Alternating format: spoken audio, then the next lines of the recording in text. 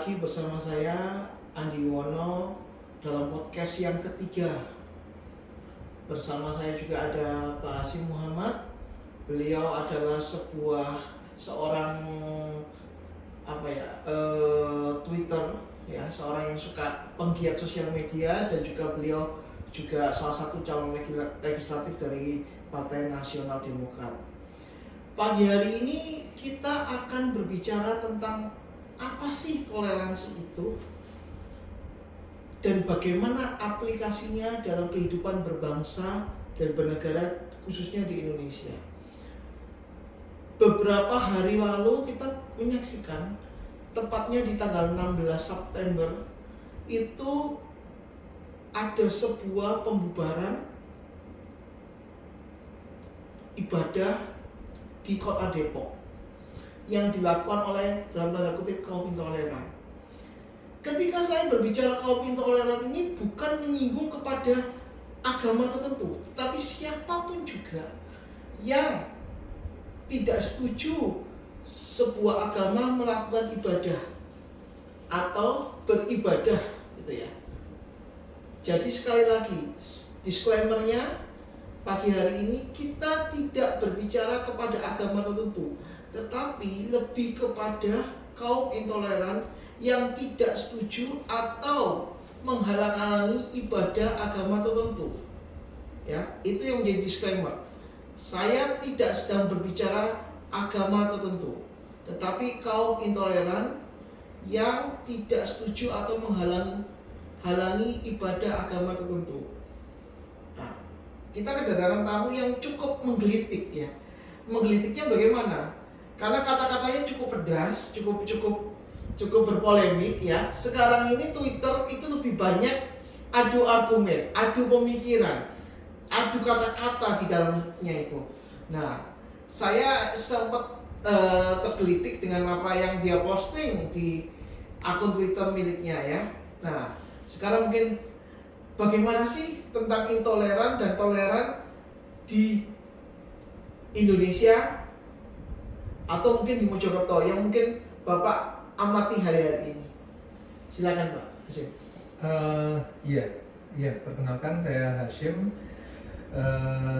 Saya seorang pengusaha di Mojokerto dan saya akan menjawab langsung tentang toleransi. Jadi bagi saya kebetulan ya, meskipun tidak membicarakan agama tertentu, saya memperkenalkan diri sebagai seorang Muslim.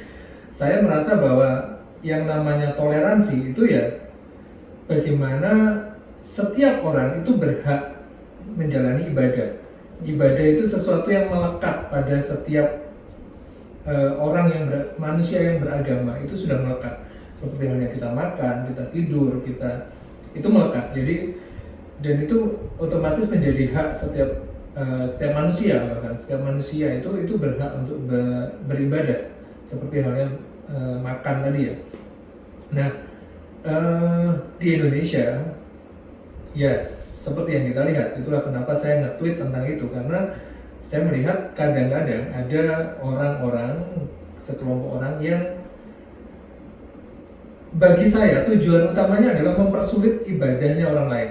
Mempersulit, jadi meskipun ketika ditanya pasti alasannya nggak seperti itu. Mereka berkilah, oh ini nggak ada izinnya, ini belum keluar izinnya dan sebagainya.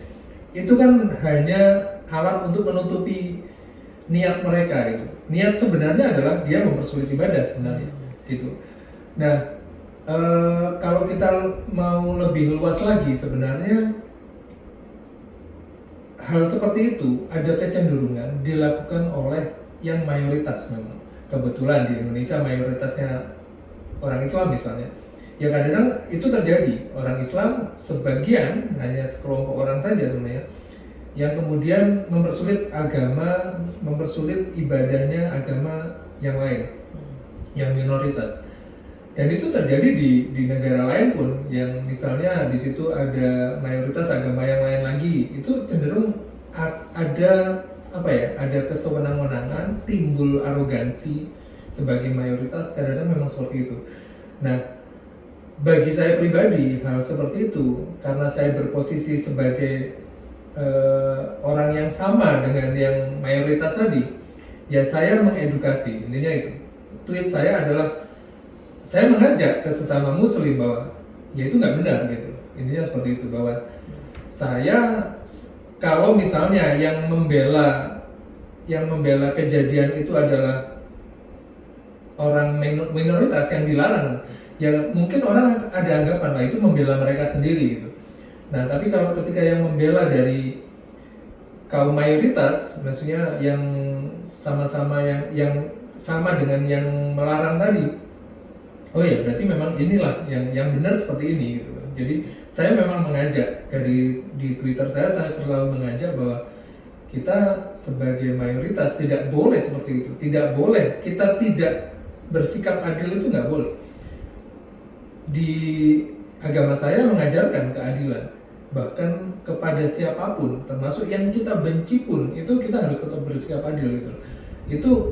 Itu saya pegang, dan itulah Islam yang saya yakini seperti itu. Jadi saya mengajak ke orang-orang yang mungkin masih menganggap bahwa ibadah agama lain itu mengganggu dan sebagainya, jangan seperti itu gitu. Itu bukan seperti itu, ajaran Islam nggak seperti itu gitu. Jadi saya lebih cenderung mengajak sih. Jadi kalau saya lihat selama ini di Indonesia masih ada kecenderungan seperti itu, baik ke agama lain, bahkan juga ada yang ke aliran lain yang dianggap sesat dan sebagainya. Ada persekusi, ada tekanan, mungkin ada larangan beribadah dan sebagainya. Itu saya rasa harusnya kita tidak seperti itu gitu. Intinya seperti itu sih. Pada dasarnya ya itu tadi, intinya adalah kita tidak terganggu, kita memperbolehkan, kita mengizinkan, kita ya poinnya terpenting adalah kita tidak ada masalah apapun dengan ibadahnya orang lain. Itu saya rasa mengartikan toleransi lebih ke arah sana ya. Bagaimana kita itu ya sudah, ya seperti ya kita menganggap biasa gitu. Intinya seperti itu, bahwa tidak ada masalah dengan itu. Nah, tentang batasannya, kalau saya pribadi batasannya itu setiap orang pasti punya apa ya, punya skala tersendiri untuk batasan. Nah kebetulan kalau batasan saya cukup lebar kalau saya pribadi. Jadi kalau saya kan ada yang mungkin di kalangan muslim ada yang menganggap misalnya, maaf ya saya sebutkan, misalnya ada orang muslim pakai baju sinterklas saja nggak boleh misalnya, seperti itu. Ada yang masuk gereja saja tidak boleh misalnya. Kalau saya nggak apa-apa. Kalau bagi saya itu tidak ada masalah selama tidak menjalani ibadah gitu aja sih. Jadi batasannya ya, kalau misalnya saya diundang ke gereja, dan itu saya pernah diundang ke gereja misalnya menghadiri acara yang non ibadah gitu ya, acara yang lain, itu saya rasa tidak masalah. Itu tidak misalnya apa ya, waktu itu misalnya semacam tasyakuran gitu ya, semacam peringatan apa gitu, tapi bukan ibadah gitu. Tapi kalau ibadah dan kita ikut ibadah, itu yang saya sendiri pun menolak itu. Maksudnya ya itu sudah melangkai akidah saya gitu. Tapi kalau semua yang tidak sampai ke tingkat akidah, itu tidak ada masalah bagi saya. Batasannya cukup selebar itu kalau saya ya. Terkait perizinan rumah ibadah, menurut Bapak, kalau kita melihat yang GPI yang di Depok itu ya, istilahnya kapel ya, atau pelayanan atau rumah doa yang bukan gereja atau rumah ibadah ya. Yeah. Menurut Bapak sendiri tentang perizinan rumah ibadah di Indonesia ini seperti apa sih Pak? Dan apa plus minusnya? Dan apakah ini menjadi celah untuk kaum intoleran menjadikan dasar untuk melarang ibadah atau bagaimana? Memang sekarang yang lagi ramai adalah tentang SKB 2 Menteri. SKB 2 Menteri itu akhirnya menjadi pembenaran bagi kaum intoleran. Tapi kalau kita kita mau lebih dalam lagi, ya itu tadi, aturan itu hanya untuk kedok saja gitu. Kenapa kok tiba-tiba mereka ini jadi garda terdepan pemerintah dalam hal urusan keperuntukan bangunan misalnya. Padahal ketika di tempat lain ada orang jualan di trotoar, ada orang bikin bangunan di sempadan sungai, nggak ada tuh yang meributkan gitu. Tapi begitu ada yang melanggar dalam artian belum dapat izin kok sudah untuk ibadah, kok mereka meributkan gitu. Kenapa tiba-tiba seperti itu gitu. Nah, menurut saya itu ya alasan saja, SKB 2 Menteri itu hanya untuk alasan. Ya tentu saya juga mendorong pemerintah agar hal tersebut harusnya dicabut saja sih. Itu karena itu membuat gaduh menurut saya. Tapi bagi saya yang penting itu ya masyarakatnya yang disadarkan. Dan itulah kenapa saya nge-tweet, saya menyampaikan ini di banyak forum, termasuk ke banyak teman. Karena harusnya dari diri kita sendiri itu nggak ada masalah gitu loh dengan orang ibadah, harusnya seperti itu. Jadi jangan meributkan hal seperti itu, karena mereka ketika mereka melarang itu menggunakan kedok soal perizinan, padahal sebenarnya ya harusnya izin itu misalnya oke lah kita harus ada izin ya karena itu tempat publik, jadi bukan tempat tinggal, tempat publik yang dijadikan rumah ibadah, ya oke lah harus melaporkan. Tapi menurut saya itu harusnya untuk rumah ibadah harusnya sangat dipermudah, bahkan mungkin bagi saya cukup melaporkan saja ke dinas yang terkait, ke ke instansi yang berkepentingan dengan keperuntukan bangunan. Ya udah, mereka sekedar melaporkan saja, tidak harus menunggu izin itu turun harusnya. Kalau sudah melaporkan ya sudah, mereka berhak, karena ibadah itu tadi sekali lagi, ibadah adalah sesuatu yang melekat pada diri manusia. Manusia yang beragama itu pasti perlu ibadah. Bagaimana mungkin itu dilarang gitu loh. Jadi izin itu hanya sebagai informasi aja gitu lah, bahwa oke, ini udah lapor mungkin ke perizinan, ke kepolisian misalnya, sudah melaporkan ya sudah, oh memang tempat ini katakanlah tempat itu berupa ruko kah, berupa rumah tinggal kah, tapi untuk ibadah misalnya, dalam artian ibadah yang didatangi banyak orang gitu, ya tidak apa-apa, sekedar melaporkan ya sudah, bagi saya harusnya cukup. Seperti itu kalau menurut saya. Ya artinya mungkin lebih dikatakan mempermudah atau dipermudah. Betul, gitu ya. betul. Kalau kita meniadakan izin kita tentu salah karena gini, kalau kita bicara tentang kembali lagi, kita rumah pribadi aja pasti ada IMB atau betul. Mungkin sekarang dikenal dengan PBG ya, persetujuan bangunan gedung ya. Jangankan gitu Pak, saya masang neonbox itu juga ada PBG-nya. Pasti, kita ada persetujuan bangunan gedung. Pasti. Cuma mungkin lebih dipermudah ya. Gini, maksudnya gini. Kalau PBG itu kan PBG dari MB itu kan soal mendirikan bangunannya sebenarnya. Tapi kalau soal tujuannya itu tadi memang ya tentu semua tujuan itu memang perlu izin. Misalnya gini, apakah itu dipakai industri kah, apakah itu untuk hiburan kah, tempat hiburan misalnya, itu tentu harus ada izin. Dan kalau rumah tinggal cenderung kan tidak, maksudnya ya sekedar IMB aja tapi tidak ada izin. Oh aku mau tinggal di rumah ini kan tidak perlu izin lagi gitu, karena memang sebagai rumah tinggal. Nah kalau untuk ibadah itu memang juga tentu harus ada izin memang. Seperti halnya gini, itu harus kita bedakan ya antara orang, saya setiap hari sholat di rumah misalnya, apakah saya perlu izin bahwa itu tempat sholat itu harus ada izinnya? Tentu tidak. Seperti halnya itu bedanya gini, kita tetap harus membedakan. Bedanya seperti ini, saya sholat di rumah itu tidak perlu izin karena sholat di situ saya lakukan saya pribadi, maksudnya saya dan keluarga saya gitu. Itu seperti halnya meja makan, tempat saya makan di rumah itu tidak perlu izin.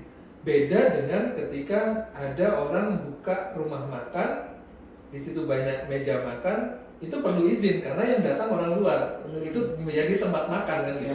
Ya. Nah ibadah juga seperti itu, yang di rumah itu nggak perlu izin, yang di kantor sendiri, di kantor saya ada musola misalnya, ya nggak perlu izin karena itu seperti kamar mandi, seperti musola, seperti tempat makan, yaitu sesuatu yang melekat pada diri kita dan itu nggak perlu izin. Tapi kalau yang memang tempat ibadah khusus dan itu untuk orang umum, misalnya masjid, misalnya gereja, misalnya vihara, otomatis izin. Tapi sekali lagi izin itu kan untuk resminya gitu. Jadi kita harus kembali ke yaitu tadi ke kebebasan beragama, kebebasan beribadah yang menjadi dasar negara kita itu, yaitu harusnya dipermudah. Kalau sudah melaporkan, oh ya ini kami jadi tempat ini, ruko ini kami jadikan tempat ibadah misalnya, ya nggak apa-apa. Saya rasa yang penting sudah lapor ya sudah. Ibadah itu kan bukan sesuatu yang merugikan orang lain gitu loh, bukan sesuatu yang misalnya berakibat buruk, misalnya beda dengan ini tempat. Saya rasa di Indonesia ini kadang-kadang ironisnya itu kan meminta izin untuk tempat yang maksiat mungkin lebih mudah daripada pembangunan rumah ibadah gitu. Saya rasa seperti itu sih. Jadi harusnya memang tetap harus ada izin karena itu tempat ibadah yang untuk publik misalnya, seperti itu didatangi banyak orang dan sebagainya. Oh, situ memang tempat ibadah, tapi saya rasa ya cukup melaporkan aja sih. Mungkin laporannya ke RT, RW, kelurahan, kepolisian, polsek, cukup mungkin seperti itu. Yang jelas yang saya suarakan adalah semangat dari diri kita bahwa semua perizinan itu hanya formalitasnya, tapi semangatnya apa sih? Semangatnya kita jangan mempersulit orang lain beribadah. Itu. Jadi ketika ada orang yang katakanlah belum izin, terus kita melihat orang ibadah, apa sih keberatannya kita gitu? Gak ada gitu. Jadi bagi saya ya sudah, itu urusannya instansi yang terkait. Kok belum diizinin, misalnya Pak Lurahnya yang marah misalnya karena belum diizinin, ya udah. Tapi kita sebagai warga negara, kalau untuk ibadah ngapain sih meributkan hal seperti itu? Orang intinya adalah semangat untuk tidak mempersulit ibadahnya orang lain. Itu sih yang saya terus suarakan, itu seperti itu gitu. Jadi ngapain kita ribut sama ibadahnya orang lain tuh, ngapain gitu loh, nggak ada gitu. Apakah dengan mempersulit ibadahnya agama orang lain terus orang itu jadi tertarik sama agama kita? Kan enggak. Oh, kalau di agama ini kok sulit ya ibadah, saya mau pindah ke agama ini aja deh supaya lebih mudah ibadah. Kan enggak seperti itu. Kita nggak ada tujuannya gitu menurut saya. Ngapain sih mempersulit ibadahnya agama orang lain gitu? Kecuali ibadahnya yang mengancam orang lain, misalnya bakar-bakar sampai membahayakan tetangga misalnya, atau di situ ada proses bunuh-bunuhan misalnya, atau pukul-pukulan misalnya yang membahayakan, ya tentulah itu masalah kepolisian. Tapi selama itu benar-benar ibadah, ya ngapain kita meributkan itu, ngapain gitu loh. Itu sih yang cenderung saya suarakan seperti itu. Iya. Gitu. Jadi pagi hari ini kita banyak berbicara tentang toleransi ya. Artinya toleransi itu sendiri adalah saling menghormati. Entah siapakah kamu, siapapun agamamu, apapun jabatanmu, sebenarnya kita ini sama di hadapan Tuhan. Siapapun engkau, kan gitu kan ya. Bagaimana kita saling menghargai, saling menjaga. Saya jujur, saya sendiri juga sebagai seorang Nasrani nih ya, saya justru sangat menghormati sosok seperti Gus Dur ya, seperti Ansor. Bahkan kita di Mojokerto kita terkenal juga ya, salah satu pahlawan Ansor yang korban dengan bom yang ada di gereja waktu itu ya, sampai berkorban nyawa. Itu saya mungkin akan jempol 4 kalau bisa saya angkat. Artinya justru itulah yang ingin kita jaga. Bahkan karena kebebasan beribadah, kebebasan beragama itu adalah hak paling asasi daripada manusia, sama seperti makan. Ya kan? Itu berbicara pribadinya dengan Tuhannya yang tidak bisa dicampuri oleh siapapun juga. Ya kan? Bahkan Pak Jokowi sebagai seorang presiden menekankan bahwa hak beribadah itu dilindungi oleh konstitusional, dilindungi oleh negara, bahwa itu menjadi hak dasar seorang warga negara untuk beribadah dan beragama sesuai dengan agama dan kepercayaannya masing-masing. Betul. Iya kan? Kita tidak menyinggung agama lain, kita beragama dengan ibadah dengan agama kita masing-masing. Jadi pagi hari ini mungkin ada mau satu kata atau satu kalimat yang mau disampaikan untuk pemirsa gambar depan. Monggo silakan. Iya sih. Kalau saya tetap seperti itu. Jadi tadi disinggung Gus Dur. Gus Dur adalah panutan kami, panutan orang-orang yang terus beliau adalah salah satu tokoh yang mengajarkan ke kaum muslim, kaum umat Islam di Indonesia untuk menghormati, bahkan untuk melindungi umat agama yang lain gitu. Jadi beliau memang panutan kita, dan saya rasa saya tidak sendiri. Banyak sekali orang-orang yang mungkin entah itu tergabung di komunitas Gus Durian atau mungkin yang di luar Gus Durian, tapi tetap menangkap apa yang diajarkan oleh Gus Dur dalam bertoleransi. Saya rasa itu sebuah ajaran yang sangat baik, karena bagi saya itulah Islam ya, yang seperti itu gitu loh, bukan yang lain gitu. Jadi yang saya yakini Islam memang yang seperti itu, dan saya kembali ingin mengajak bahwa siapapun untuk kita di Indonesia ini dengan keberagaman yang ada, ayo kita saling menghormati, saling menghargai gitu. Intinya seperti itu. Kalau ada sebuah prinsip bagi saya tentang masalah mayoritas dan minoritas, itu seperti ini. Memang mayoritas dan minoritas itu nggak bisa disamakan, pasti punya hak dan kewajiban masing-masing gitu. Nah, saya selalu punya prinsip bahwa mayoritas dan minoritas ini seperti kakak dan adik. Bagaimana adik itu selalu menghormati kakaknya, dan kakaknya yang lebih kuat menyayangi adiknya. Jadi bagaimana yang minoritas ya menghormati yang mayoritas menyayangi yang minoritas. Itu saya rasa prinsip itu harus dipegang. Jadi semoga kita bisa ke depan ya, kita terlepas kita ngomongin aturan yang dibuat oleh negara ya, itu urusan anggota dewan mungkin yang nanti mengurus seperti itu. Tapi saya mengajak ke sesama warga sih untuk seperti itu, untuk kita punya sikap seperti itu, bahwa mayoritas harus bisa menyayangi yang minoritas bisa menghormati yang mayoritas. Udah cukup, itu saya rasa kehidupan kita akan jadi jauh lebih baik nantinya ke depan. Terima kasih. Siap. Terima kasih pemirsa sudah menyaksikan pembicaraan tentang toleransi ya di Indonesia.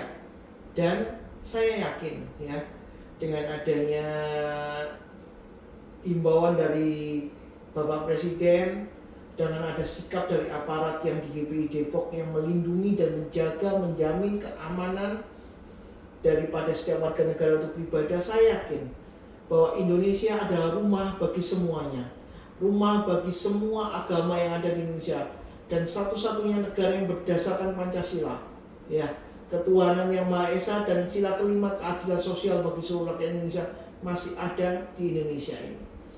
Akhir kata, saya ucapkan terima kasih buat pemirsa yang sudah bergabung selama kurang lebih 1 jam ini. Ingat, mari kita jaga toleransi, kerukunan umat beragama, saling menghargai, saling menyayangi, saling menghormati, saling menjaga. Terima kasih. Bersama saya di sini Andi Yuwono dari Kabar Depan.